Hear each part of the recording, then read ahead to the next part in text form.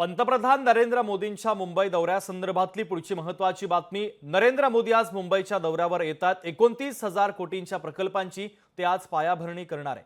दौऱ्याच्या माध्यमातून विधानसभेचं रणशिंग फुंकलं जाईल।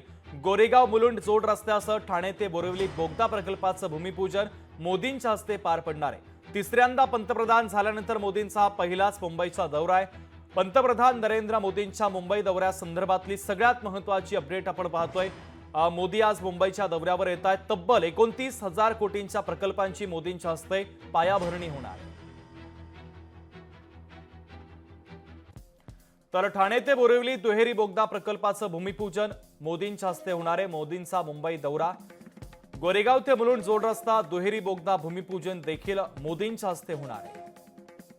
मुख्यमंत्री युवा कार्य प्रशिक्षण योजना शुभारंभ देखील मोदींच्या हस्ते होणार आहे।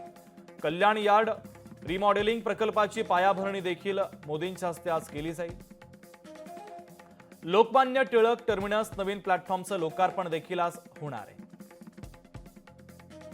छत्रपती शिवाजी महाराज टर्मिनल विस्तारित प्लॅटफॉर्म लोकार्पण सोहळा देखील मोदींच्या हस्ते पार पडेल। तुर्बे येथील गतिशक्ती मल्टी मॉडेल कार्गो टर्मिनलची पायाभरणी देखील होणार आहे।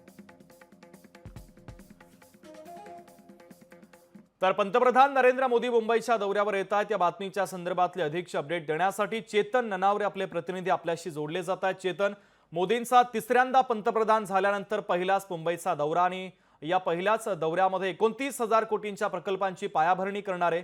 दौऱ्याच्या माध्यमातून विधानसभेचं रणशिंग फुंकलं जाईल अशी देखील शक्यता आहे। या दौऱ्याच्या संदर्भातले आताचे ताजे अपडेट काय? निश्चितच शुभम, सायंकाळी 5 वाजता आहे ते पंतप्रधान नरेंद्र मोदी गोरेगाव नेक्को या सेंटरमध्ये येणार आहेत। पूर्वी माझ्या पाठीमागे मी दाखवू शकतो की आता भाजप, शिवसेना आणि राष्ट्रवादी काँग्रेसचे कार्यकर्ते आहेत ते या ठिकाणी येण्यास सुरुवात झालेली आहे आणि मोठ्या संख्येने महिला असतील किंवा तरुण असतील हे या ठिकाणी दिसतील।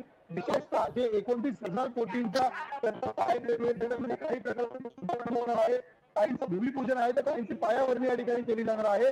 मात्र त्यामध्ये सर्वाधिक महत्वाचा जो आहे तो म्हणजे एकंदरीत महाराष्ट्रासाठी जी युवा कौशल्य योजना आलेली आहे कौशल्य विकास विभागातर्फे, त्याचा शुभारंभ आज केला जाईल। आणि या नुकत्याच उपमुख्यमंत्री अजित पवार यांनी मांडलेल्या अर्थसंकल्पामध्ये या योजनेची घोषणा केलेली होती, त्याचा शुभारंभ केला जाईल। आणि एकूणच तरुण विद्यार्थी आहेत त्यांना कुठेतरी भुलवण्यासाठी जे नवीन विद्यार्थी आहेत, प्रशिक्षणार्थी आहेत, त्यांच्यासाठी ही महत्त्वाकांक्षी योजना मानली जात आहे।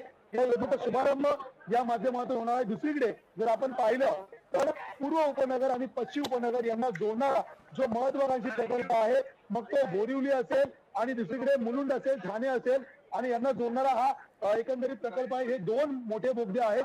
हे महत्त्वाकांक्षी प्रकल्प मानले जातात कारण एकंदरीत जर आपण पाहिलं पश्चिम उपनगर आणि पूर्व उपनगर तर महत्त्वाचे अपडेट या बातमीच्या संदर्भातले पोहोचवलेले आहेत। तुर्तास धन्यवाद। लोकशाही मराठी ऐका, पहा, जागरूक रहा।